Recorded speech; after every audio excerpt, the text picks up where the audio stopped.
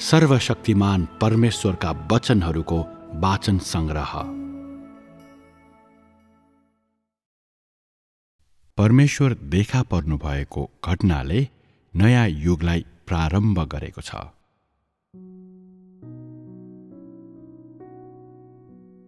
परमेश्वरको 6000 वर्षको व्यवस्थापनको योजना अन्त्यतिर आइरहेको छ र उहाँ देखा पर्नु भएको खोजी गर्ने सबैका निम्ति राज्यको ढोका यस अघि नै खोलिसकिएको छ। प्रिय दाजुभाइ दिदीबहिनीहरू, तिमीहरू के पर्खदैछौ? तिमीहरूले खोजेको के हो? के तिमीहरू परमेश्वर देखा पर्नुहुने पर्खाइमा छौ? के तिमीहरू उहाँका पाइलाहरू खोजिरहेका छौ? परमेश्वरको देखा पराइलाई कसरी तृष्णा गर्ने अनि परमेश्वरका पाइलाहरू भेट्टाउन कति गाह्रो छ। यस्तो युगमा, यस्तो संसारमा परमेश्वर देखा पर्नुहुने दिनलाई देख्नको लागि हामीले के गर्नुपर्छ? परमेश्वरका पाइलाहरू सँगै हिँड्न हामीले के गर्नुपर्छ? परमेश्वर देखा पर्नुहुने पर्खाइमा रहेका सबैजनाले यस्तो प्रकारको प्रश्नहरूको सामना गरिरहेका हुन्छन्। तिमीहरू सबैले एकभन्दा धेरै समय ती कुराहरूको विचार गरेका छौ, तर परिणाम के भयो त? परमेश्वर कहाँ देखा पर्नुहुन्छ? परमेश्वरका पाइलाहरू कहाँ छन्? के तिमीहरूले यसको जवाफ पाएका छौ? धेरै मानिसहरूले यसरी जवाफ दिन सक्छन्। उहाँलाई पछ्याउनेहरूका बीचमा परमेश्वर देखा पर्नुहुन्छ र उहाँका पाइलाहरू हामी माझ छन्। यो त स्पष्ट छ। जो कसैले पनि सूत्रगत उत्तर दिन सक्छ। तर के तिमीहरू परमेश्वर देखा पर्नु वा उहाँका पाइलाहरूको अर्थ के हो भनी बुझ्छौ? परमेश्वर देखा पर्नुले उहाँ आफै व्यक्तिगत रूपमा उपस्थित भई उहाँको काम गर्नको निम्ति पृथ्वीमा उहाँको आगमनलाई जनाउँछ। उहाँको आफ्नै पहिचान र स्वभावको साथमा र उहाँको आफ्नै अन्तर्निहित शैलीमा उहाँ मानिसहरूको बीचमा युगको सुरुवात गर्ने र युगको अन्त गर्ने काम गर्न ओर्ली आउनुहुन्छ। यस्तो प्रकारले देखा पर्नु चाहिँ कुनै एक प्रकारको समारोह होइन। यो कुनै चिन्ह, तस्बिर, अचम्मको काम वा कुनै किसिमको ठूलो दर्शन होइन। यो कुनै प्रकारको धार्मिक प्रक्रिया हुने त कुरै छोडौं। यो जो कसैले पनि छुन र हेर्न सक्ने वास्तविक र यथार्थ तथ्य हो। यस्तो प्रकारले देखा पर्नु चाहिँ झारा टार्नको लागि वा कुनै छोटो समयको उपक्रमको निम्ति होइन, बरु यो त उहाँको व्यवस्थापन योजनाको कामको एउटा चरणको निम्ति हो। परमेश्वर देखा पर्नुहुने घटना जहिले पनि अर्थपूर्ण हुन्छ र यसले सधैँ उहाँको व्यवस्थापनको योजनासँग केही सम्बन्ध राख्छ। यहाँ भनिएको देखा पर्नु भन्ने शब्दावली स्वरूप शब्दभन्दा पूर्ण रूपले भिन्न छ, जसमा परमेश्वरले मानिसलाई अगुवाई गर्नुहुन्छ, डोर्याउनुहुन्छ र ज्योति दिनुहुन्छ।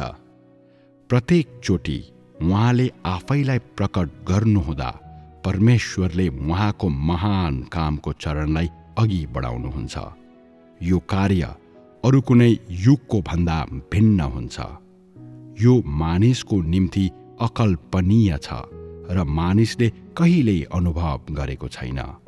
यो काम नयाँ युगलाई सुरुवात गर्ने र पुरानो युगलाई अन्त्य गर्ने काम हो र यो मानव जातिको मुक्तिको निम्ति नयाँ र सुदृढ रूपको काम हो। अझ भन्ने हो भने यो मानव जातिलाई नयाँ युगमा ल्याउने काम हो। परमेश्वर देखा पर्नुले यही कुरालाई जनाउँछ। तिमीहरूले परमेश्वर देखा पर्नुको अर्थ के हो भन्ने बुझिसकेपछि कसरी तिमीहरूले परमेश्वरका पाइलाहरूलाई खोज्नुपर्छ? यो प्रश्न व्याख्या गर्न गाह्रो छैन। जहाँ परमेश्वर देखा पर्नुहुन्छ त्यहाँ तिमीहरूले उहाँका पाइलाहरूलाई भेट्टाउनेछौ। यस्तो व्याख्या सरल सुनिन्छ, तर अभ्यासमा ल्याउन त्यति सहज छैन, किनकि धेरै मानिसहरूलाई परमेश्वर कहाँ देखा पर्नुहुन्छ भन्ने थाहा छैन। उहाँ कहाँ देखा पर्न चाहनुहुन्छ, कहाँ देखा पर्नुपर्ने हो भन्ने बारेमा थाहा हुने त कुरै छाडौँ।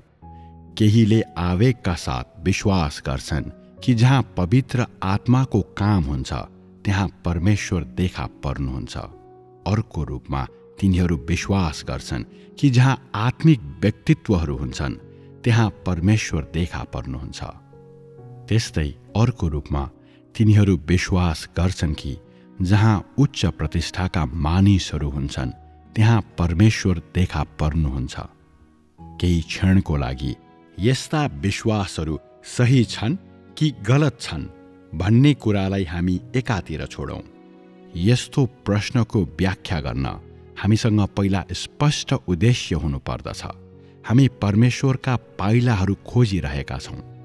हामी आत्मिक व्यक्तित्वहरूलाई खोजिरहेका छैनौँ।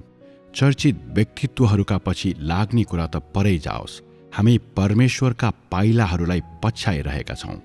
यसकारण हामीहरू परमेश्वरका पाइलाहरूलाई खोजिरहेका भएकाले यसले हामीलाई परमेश्वरको इच्छा, परमेश्वरको वचन, उहाँको वाणी खोज्न बाध्य बनाउँछ। किनकि जहाँ परमेश्वरद्वारा बोलिएका नयाँ वचनहरू हुन्छन् त्यहाँ परमेश्वरको आवाज हुन्छ, र जहाँ परमेश्वरका पाइलाहरू हुन्छन् त्यहाँ परमेश्वरका कामहरू हुन्छन्।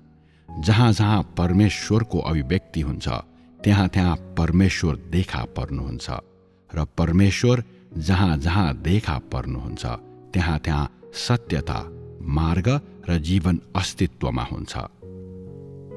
परमेश्वरका पाइलाहरू खोज्दा तिमीहरूले परमेश्वर सत्यता, मार्ग र जीवन हुनुहुन्छ भन्ने वचनहरूलाई बेवास्ता गरेका छौ।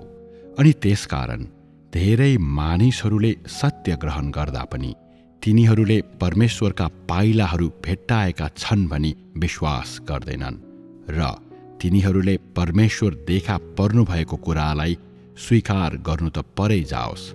कस्तो गम्भीर भूल! परमेश्वर देखा पर्नुहुने कुरा मानिसको धारणाहरूसँग मेल खान सक्दैन। परमेश्वर मानिसको आग्रहमा देखा पर्नुहुन्छ भन्ने कुरा त परै जाओस्। परमेश्वरले आफ्नो काम गर्नुहुँदा उहाँका आफ्नै छनौटहरू र उहाँका आफ्नै योजनाहरू बनाउनुहुन्छ। यस अलावा उहाँसँग उहाँका आफ्नै उद्देश्यहरू र उहाँका आफ्नै विधिहरू छन्। उहाँ जुनसुकै काम गर्नुहुँदा उहाँले यसको बारेमा कुनै मानिससँग छलफल गर्नु वा उसको सल्लाह माग्नु आवश्यक छैन। प्रत्येक र हरेक व्यक्तिलाई उहाँको कामको बारेमा सूचित गर्ने कुरा त परै जाओस्। यो परमेश्वरको स्वभाव हो, जसलाई अझ भन्ने हो भने सबैले पहिचान गर्नुपर्छ। यदि तिमीहरू परमेश्वर देखा पर्नुहुने घटनालाई देख्न परमेश्वरका पाइलाहरूलाई पछ्याउन चाहन्छौ भने सर्वप्रथम तिमीहरू आफ्नो धारणाहरूबाट टाढा जानुपर्छ। तिमीहरूले परमेश्वरलाई यो वा त्यो गर्नु भनी माग गर्नु हुँदैन। उहाँलाई तिमीहरूले आफ्नै सीमित स्थानमा राख्न र तिमीहरूका आफ्नै धारणाहरूमा उहाँलाई सीमित गर्न हुने कुरा त परै जाओस्। त्यसको सट्टा तिमीहरूले परमेश्वरका पाइलाहरूलाई कसरी खोज्नुपर्छ, कसरी परमेश्वर देखा पर्नुहुने कुरालाई स्वीकार्नुपर्छ र कसरी परमेश्वरको नयाँ काममा समर्पण गर्नुपर्छ आफूले आफैलाई सोध्नुपर्छ। मानिसले गर्नुपर्ने यही हो। मानिस सत्यता होइन र उसँग सत्यता छैन, त्यसैले उसले खोजी गर्नुपर्छ, स्वीकार गर्नुपर्छ र आज्ञा पालन गर्नुपर्छ। तिमीहरू अमेरिकी, बेलायती वा जुनसुकै राष्ट्रको भए तापनि तिमीहरूले आफू स्वयंभन्दा माथि उठेर तिमीहरूको आफ्नै राष्ट्रियताको सीमाभन्दा बाहिर आफ्नो पाइला चाली परमेश्वरको कामलाई सृष्टि गरिएको प्राणीको परिप्रेक्ष्यबाट हेर्नुपर्छ। यो तरिकाले तिमीहरूले परमेश्वरका पाइलाहरूमा सीमितता ल्याउने छैनौ। यस्तो हुन्छ किनभने आजकल धेरै मानिसहरूले परमेश्वर कुनै विशेष राष्ट्र वा निश्चित मानिसहरूका बीचमा देखा पर्नु असम्भव छ भनी मान्छन्। परमेश्वरको कामको महत्त्व कति गहन छ र परमेश्वर देखा पर्नु कति महत्त्वपूर्ण छ। कसरी मानिसका धारणाहरू र विचारले यसको मापन गर्न सम्भव छ र?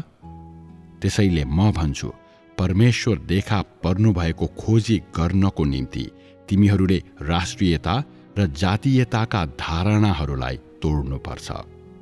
त्यसपछि मात्रै तिमीहरू आफ्नै धारणाहरूको वशमा हुने छैनौ। त्यसपछि मात्रै तिमीहरू परमेश्वरको देखा पराइलाई स्वागत गर्न योग्य हुनेछौ। अन्यथा तिमीहरू अनन्त अन्धकारमा रहनेछौ र तिमीहरूले कहिले पनि परमेश्वरबाट स्वीकृति प्राप्त गर्ने छैनौ। परमेश्वर सबै मानव जातिको परमेश्वर हुनुहुन्छ। उहाँले आफूलाई उहाँ कुनै राष्ट्र वा मानिसहरूको व्यक्तिगत सम्पत्ति मान्नुहुन्न, बरु उहाँ त कुनै पनि स्वरूप, राष्ट्र वा मानिसहरूमा सीमित नभई उहाँले योजना गर्नुभए अनुसार उहाँको काम गर्दै जानुहुन्छ। सायद तैले यो स्वरूपलाई कहिले कल्पना गरेको छैनस्, वा सायद यस प्रकारको स्वरूपप्रति तेरो यो अस्वीकृतिको मनोवृत्ति हुन सक्छ, वा सायद परमेश्वरले जुन राष्ट्रमा आफैलाई प्रकट गर्नुहुन्छ र जुन मानिसहरू माझ आफैलाई प्रकट गर्नुहुन्छ तिनीहरू सबैद्वारा भेदभाव भएकाहरू र पृथ्वीमा सबैभन्दा पछि परेकाहरू हुन्छन्। अझै पनि परमेश्वरसँग उहाँको बुद्धि छ।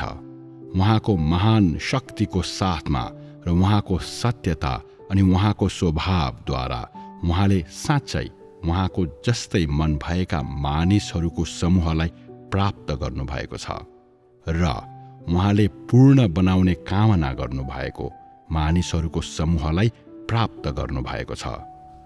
यो उहाँले जित्नु भएको त्यो समूह हो जसले सबै प्रकारका परीक्षाहरू र कष्टहरू र सबै प्रकारका सतावटहरूलाई सहेर अन्त्यसम्म नै उहाँलाई पछ्याउन सक्छ। कुनै पनि स्वरूप वा जातिमा सीमित नरहेको परमेश्वर देखा परेको उद्देश्य भनेको उहाँले योजना गर्नुभएको कामलाई पूरा गर्न उहाँलाई सक्षम पार्नु हो। यो चाहिँ परमेश्वर यहुदियामा देहधारी हुनुभएको जस्तो हो। उहाँको उद्देश्य सम्पूर्ण मानव जातिको उद्धार गर्न क्रुसीकरणको काम पूर्ण गर्नु थियो। तैपनि यहुदीहरूले परमेश्वरको निम्ति यो असम्भव थियो भनेर विश्वास गर्थे र तिनीहरूले परमेश्वरलाई देहधारी हुन र प्रभु येशू ख्रिस्टको स्वरूप धारण गर्न असम्भव छ भन्ने ठाने। तिनीहरूको असम्भव विचार नै तिनीहरूले परमेश्वरलाई दोष दिने र विरोध गर्ने आधार बन्यो र अन्ततः यसले इस्राएललाई विनाशतर्फ डोर्यायो।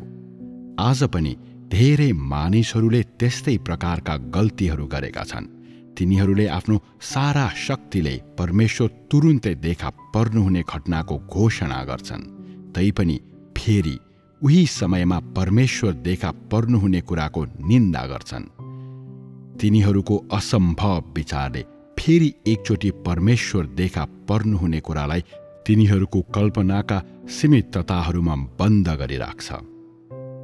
अनि त्यसैले धेरै मानिसहरूलाई मैले परमेश्वरको वचनको कुरा आउँदा जङ्गली र कठोर हाँसो छुटेको देखेको छु। तर के यो हाँसो यहुदीहरूको दोषारोपण र ईश्वर निन्दाभन्दा फरक छ र? तिमीहरू सत्यताको उपस्थितिमा आदरयुक्त छैनौ। तिमीहरूमा तृष्णाको मनोवृत्ति हुने कुरा त परै जाओस्। तिमीहरूले गर्ने सबै कुरा भनेको अन्धाधुन्ध अध्ययन गर्नु र कुनै चासो बिनै पर्खी बस्नु हो। यसरी अध्ययन गरी पर्खी बसेर तिमीहरूले के प्राप्त गर्छौ? के तिमीहरूले परमेश्वरबाट व्यक्तिगत मार्गदर्शन पाउँछौ भन्ने लाग्छ? यदि तैँले परमेश्वरको वाणीलाई छुट्याउन सक्दैनस् भने कुन तरिकामा त परमेश्वर देखा पर्नुहुने घटनाको साक्षी बन्न योग्य हुन्छस्? जहाँ परमेश्वर देखा पर्नुहुन्छ त्यहाँ सत्यता व्यक्त हुन्छ र त्यहाँ परमेश्वरको आवाज हुनेछ। केवल सत्यतालाई स्वीकार गर्नेले मात्रै परमेश्वरको आवाजलाई सुन्न सक्नेछ र यस्ता मानिसहरू मात्रै परमेश्वर देखा पर्नुहुने घटनालाई देख्नको लागि योग्य हुनेछन्। तेरा धारणालाई छोडिदे, आफैलाई शान्त पार र यी शब्दहरूलाई होसियारी साथ पढ। यदि त सत्यको तृष्णा गर्छस् भने परमेश्वरले तँलाई ज्योति दिनुहुनेछ र तैँले उहाँका वचनहरू र इच्छा बुझ्नेछस्। तिमीहरूको असम्भव भन्ने विचारलाई छोडिदेऊ। मानिसहरूले जति धेरै कुनै कुरा असम्भव छ भन्ने विश्वास गर्छन् त्यति नै धेरै त्यस्तै हुने सम्भावना हुन्छ, किनभने परमेश्वरको बुद्धि स्वर्गहरूभन्दा उच्च छ। परमेश्वरका विचारहरू मानिसको विचारहरूभन्दा उच्च छन् र परमेश्वरको कामले मानिसका सोचाइ र धारणाका सीमाहरूलाई नाग्छ।